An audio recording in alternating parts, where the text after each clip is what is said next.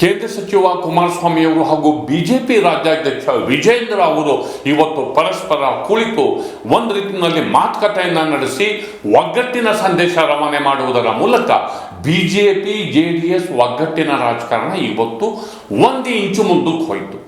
ಒಂದು ಇಂಚು ಯಾಕೆ ಹೇಳ್ತಿದ್ದೀನಿ ಅಂತಂದ್ರೆ, ಇದು ನಡೆದಂತಹ ಫೋಟೋ ಶೋ ಎಷ್ಟರ ಮಟ್ಟಿಗೆ ಮುಂದಿನ ದಿನಗಳಲ್ಲಿ ಮತಗಳಾಗಿ ಕನ್ವರ್ಟ್ ಆಗುವ ಮಟ್ಟಕ್ಕೆ ಮುಂದುವರಿಯುತ್ತೆ ಅನ್ನೋದ್ರ ಮೇಲೆ ಈ ಬಿಜೆಪಿ ಮತ್ತು ಜೆಡಿಎಸ್ ಮೈತ್ರಿಯ ಗಟ್ಟಿತನವನ್ನು ನಾವು ಹೇಳ್ಬೋದೇನೋ. ಆದರೆ ಇಂಥದ್ದೊಂದು ಫೋಟೋ ಶೋ ಹಿಂದೆ ವರಿಷ್ಠರ ಕಟ್ಟುನಿಟ್ಟಿನ ಸೂಚನೆ ಇದ್ದಿದ್ದಂತೂ ನಿಜ. ಹಾಗಾದ್ರೆ ಪ್ರತಿಪಕ್ಷದಲ್ಲಿ ಏನೆಲ್ಲ ಆಗ್ತಾ ಇದೆ, ಬಿಜೆಪಿ ಜೆಡಿಎಸ್ ಮೈತ್ರಿಯ ಧರ್ಮ ಈಗಲಾದರೂ ಒಂದು ಸ್ವರೂಪವನ್ನ ಪಡಿತಾ ಇದೆಯಾ? ಈ ಬಗ್ಗೆ ಇಂದಿನ ಮಾತು ಮಂಥನ ಸ್ನೇಹಿತರೆ. ಬಿಜೆಪಿ ಮತ್ತು ಜೆಡಿಎಸ್ ಏನೇ ಸಮಸ್ಯೆಗಳು ಬಂದರೂ ಕೂಡ ಇಲ್ಲಿ ಕೂತು ಚರ್ಚೆ ಮಾಡಿ ಇನ್ನೂ ಹೆಚ್ಚು ಉತ್ಸಾಹದಿಂದ ಕೆಲಸ ಮಾಡಬೇಕು, ಭ್ರಷ್ಟ ಕಾಂಗ್ರೆಸ್ ಸರ್ಕಾರವನ್ನ ಕಿತ್ತೊಗೆಯುವಂತ ಕೆಲಸ ಮಾಡೋಣ ಅನ್ನೋ ಮಾತನ್ನು ಕೂಡ ಅವರು ತಿಳಿಸಿದ್ದಾರೆ. ಭೇಟಿ ಮಾಡ್ತಾ ಇರ್ತೀವಿ ಬ್ರದರ್, ಎಲ್ಲಿ ಬೇರೆ ಮಾಮೂಲಿ ಈಗ ನಡೀತಾ ಇರೋ ರಾಜ್ಯದ ರಾಜಕಾರಣದ ಬಗ್ಗೆನೇ ಚರ್ಚೆ ಮಾಡಿ. ಇಲ್ಲ, ನಾವು ಹಿರಿಯೂರು ನೆನ್ನೆನೇ ಹೇಳಿದ್ದೀನಲ್ಲ, ಹಿರಿಯೂರಿನ ಉಪಚುನಾವಣೆಯಲ್ಲಿ ನಮಗೆ ಸೀಟನ್ನು ಅದನ್ನು ಕೊಡ್ತಕ್ಕಂಥದ್ದಕ್ಕೆ ಮನವಿ ಮಾಡಿದ್ವಿ. ಗೆಳೆಯರೆ, ಬಿಜೆಪಿ ಮತ್ತು ಜೆಡಿಎಸ್ ವಲಯದಲ್ಲಿ ಇವತ್ತು ಒಂದು ಕುತೂಹಲದ ದಿನ.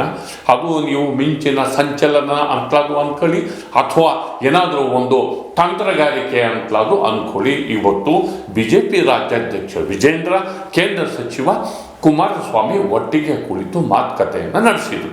ಈ ಮಾತುಕತೆ ಯಾಕಾಗಾಯ್ತು? ಒಂದು ಫೋಟೋ ಸೆಷನ್.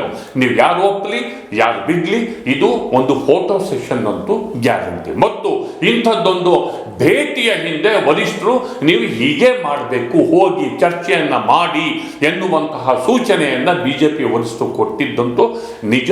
ಅದರ ಪರಿಣಾಮವಾಗಿಯೇ ಈ ಒಂದು ಚರ್ಚೆ ಆಗಿದೆ. ಯಾಕಾಗಿ ಈ ಚರ್ಚೆ ಆಗಿದೆ? ಈ ಪ್ರಶ್ನೆ ತಾನೇ. ಅಡ್ಡ ಮತದಾನದ ಬಳಿಕ ಬಿಜೆಪಿ ಜೆಡಿಎಸ್ ನಡುವೆ ಒಂದು ರೀತಿಯಲ್ಲಿ ಭಿನ್ನ ಮತದ ವಾತಾವರಣ ಕಾಣಿಸ್ಕೊಂಡಿತ್ತು. ಎಲ್ಲೋ ಬಿಜೆಪಿ ಶಾಸಕರು ಜೆಡಿಎಸ್ಗೆ ಕೈ ಕೊಟ್ಟು ಇವರಿಬ್ಬರ ಮೈತ್ರಿಯಲ್ಲಿ ಬಿರುಕು ಮೂಡಿದೆ ಎನ್ನುವ ಚರ್ಚೆ ಉಂಟಾಗಿತ್ತು. ಆದರೆ ಈ ಸಂದೇಶ ರವಾನೆ ಆಗುವುದು ವರಿಷ್ಠರಿಗೆ ಬೇಕಾಗಿಲ್ಲ. ಈ ಮೈತ್ರಿಯ ನಡುವೆ ಬಿರುಕು ಎನ್ನುವಂತಹ ಚರ್ಚೆ ಕರ್ನಾಟಕ ರಾಜ್ಯ ರಾಜಕಾರಣದಲ್ಲಿ ನಡೆಯುವುದೂ ಬೇಕಾಗಿಲ್ಲ. ಆದ್ದರಿಂದಲೇ ಈ ಗೊಂದಲವನ್ನು ನಿವಾರಿಸೋದಕ್ಕೆ, ಒಗ್ಗಟ್ಟಿನ ಸಂದೇಶವನ್ನು ಒಂದು ಬೀರೋದಕ್ಕೆ ವರಿಷ್ಠರು ಒಂದು ಕಾರ್ಯತಂತ್ರವನ್ನೇ ರೂಪಿಸಿದ್ದಾರೆ. ಅದರ ಮೊದಲ ಹಂತದಲ್ಲಿ ಈ ಚರ್ಚೆ ನಡೆದಿದೆ.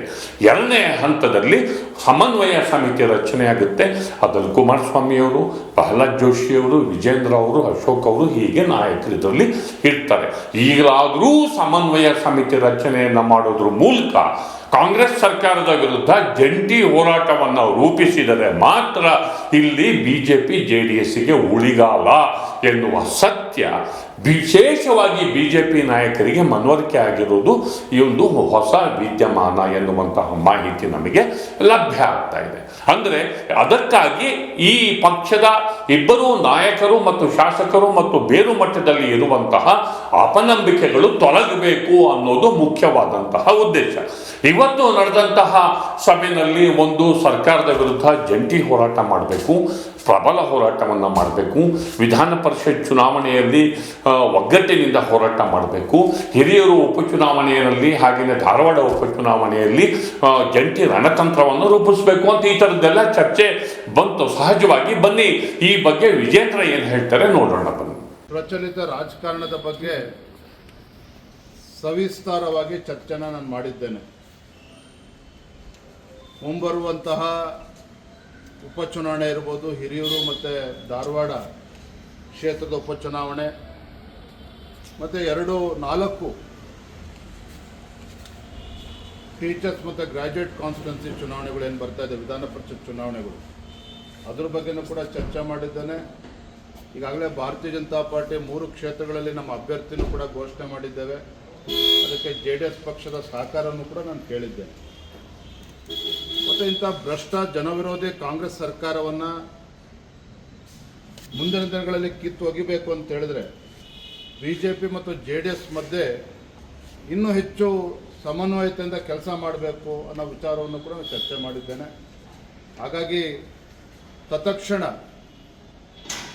ಬಿಜೆಪಿ ಮತ್ತು ಜೆಡಿಎಸ್ನ ಒಂದು ಕೋಆರ್ಡಿನೇಷನ್ ಕಮಿಟಿ ಅದನ್ನು ಘೋಷಣೆ ಮಾಡಬೇಕು. ಭಾರತೀಯ ಜನತಾ ಪಾರ್ಟಿ ಕಡೆಯಿಂದ ನಾನು ಅಂದರೆ ರಾಜ್ಯದ ಅಧ್ಯಕ್ಷರು ಮಾನ್ಯ ಆರ್ ಅಶೋಕ್ ಅವರು ಮತ್ತು ಪ್ರಹ್ಲಾದ್ ಜೋಶಿಜಿಯವರು ನಾವಿರ್ತೇವೆ. ಮತ್ತು JDS ಕಡೆಯಿಂದ ತಾವು ಕೂಡ ಇರಬೇಕು ಮತ್ತು ಇನ್ನೊಬ್ಬರ ಹೆಸರನ್ನ ಸೂಚಿಸಬೇಕು ಅನ್ನೋ ಮನವಿಯನ್ನು ಕೂಡ ನಾನು ಮಾಡಿದ್ದೇನೆ. ಅವರು ಕೂಡ ಅದಕ್ಕೆಲ್ಲದಕ್ಕೂ ಕೂಡ ಸಹಮತವನ್ನು ವ್ಯಕ್ತಪಡಿಸಿದ್ದಾರೆ. ಇಲ್ಲ ನಾವು ಒಟ್ಟಿಗೆ BJP ಮತ್ತು JDS ಏನೇ ಸಮಸ್ಯೆಗಳು ಬಂದರೂ ಕೂಡ ಇಲ್ಲಿ ಕೂತು ಚರ್ಚೆ ಮಾಡಿ ಇನ್ನೂ ಹೆಚ್ಚು ಉತ್ಸಾಹದಿಂದ ಕೆಲಸ ಮಾಡಬೇಕು. ಈ ಭ್ರಷ್ಟ ಕಾಂಗ್ರೆಸ್ ಸರ್ಕಾರವನ್ನು ಕಿತ್ತೊಗೆಯುವಂಥ ಕೆಲಸ ಮಾಡೋಣ ಅನ್ನೋ ಮಾತನ್ನು ಕೂಡ ಅವರು ತಿಳಿಸಿದ್ದಾರೆ.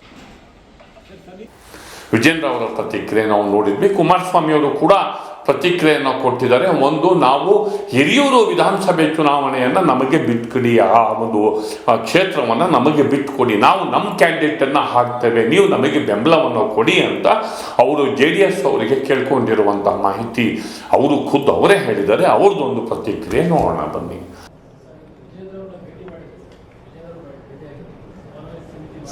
ಭೇಟಿ ಮಾಡ್ತಾ ಇರ್ತೀವಿ ಬ್ರದರ್. ಏನು ಬೇರೆ ಮಾಮೂಲಿ ಈಗ ನಡೀತಾ ಇರೋ ರಾಜ್ಯದ ರಾಜಕಾರಣದ ಬಗ್ಗೆನೇ ಚರ್ಚೆ ಮಾಡಿದ್ವಿ. ಅದೆಲ್ಲ ನಡೀತಾ ಇದೆ. ಈಗ ಆಲ್ರೆಡಿ ಒಂದು ಸಮನ್ವಯ ಸಮಿತಿ ಆಗಬೇಕು ಅಂತಕ್ಕಂಥದ್ದು ಎರಡೂ ಪಕ್ಷದಲ್ಲೂ ಏನು ಈಗಾಗಲೇ ಒಂದು ಅಂತಿಮ ಹಂತಕ್ಕೆ ಬಂದಿದೆ. ಅದು ಮಾಡ್ತಕ್ಕಂಥದ್ದಕ್ಕೆಲ್ಲ ಚರ್ಚೆ ಆಗಿದೆ.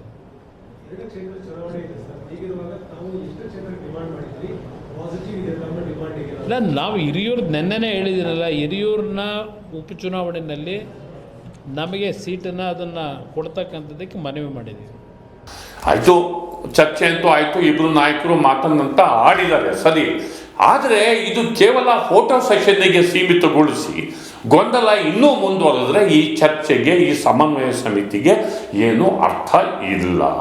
ಅಂದರೆ ಪ್ರತಿಪಕ್ಷ ರಾಜಕಾರಣ ಒಂದು ಸೂತ್ರದ ಮೇಲೆ ನಡೀಬೇಕು ಮತ್ತು ಸರ್ಕಾರವನ್ನು ಬಿಕ್ಕಟ್ಟಿಗೆ, ಒತ್ತಡಕ್ಕೆ ಸಿಲುಕಿಸೋ ನಿಟ್ಟಿನಲ್ಲಿ ಒಂದು ರಣತಂತ್ರ ಇರಬೇಕು. ಹಾಗೆಯೇ ಈ ಒಂದು ಒಗ್ಗಟ್ಟು, ಈ ಒಂದು ಮೈತ್ರಿಯ ಧರ್ಮ ಬೇರು ಮಟ್ಟದಲ್ಲಿ ಕಾರ್ಯಕರ್ತರನ್ನು ಒಂದು ಮಾಡಬೇಕು. ಆಗ ಈ ಒಂದು ಮೈತ್ರಿ ಮತಗಳಾಗಿ ಕನ್ವರ್ಟ್ ಆಗುತ್ತೆ. ಈ ಮತಗಳಾಗಿ ಕನ್ವರ್ಟ್ ಆಗುವ ಮಟ್ಟಕ್ಕೆ, ಅಂದರೆ ನಾಯಕರ ನಡುವಿನ ಸ್ನೇಹ ಬೇರು ಮಟ್ಟದಲ್ಲಿ ಕಾರ್ಯಕರ್ತರ ಮಟ್ಟಕ್ಕೆ ಹೋಗಿ ಅವು ವೋಟ್ಗಳಾಗಿ ಕನ್ವರ್ಟ್ ಆಗಬೇಕು. ಆ ವೋಟ್ಗಳಾಗಿ ಕನ್ವರ್ಟ್ ಆಗದೆ ಹೋದರೆ ಯಾವ ಮೈತ್ರಿಯೂ ಇಲ್ಲ, ಯಾವ ಧರ್ಮವೂ ಇಲ್ಲ ಅನ್ನೋ ಮಾತನ್ನು ಹೇಳ್ತಾ, ಮುಂದೆ ಸಮನ್ವಯ ಸಮಿತಿಯಲ್ಲಿ ಏನಾಗುತ್ತೆ, ಯಾವಾಗ ನಡಿಬಹುದು ಅನ್ನೋದನ್ನು ನಿರೀಕ್ಷೆ ಮಾಡ್ತಾ ನನ್ನ ಮಾತನ್ನು ಮುಗಿಸ್ತಿದ್ದೇನೆ. ದಯವಿಟ್ಟು ದಿ ಪೋಸ್ಟ್ ನೋಡಿ, ಲೈಕ್ ಮಾಡಿ, ಶೇರ್ ಮಾಡಿ, ಸಬ್ಸ್ಕ್ರೈಬ್ ಮಾಡೋದಕ್ಕೆ ಮರಿಬೇಡಿ ಗೆಳೆಯರೆ. ನಮಸ್ಕಾರ.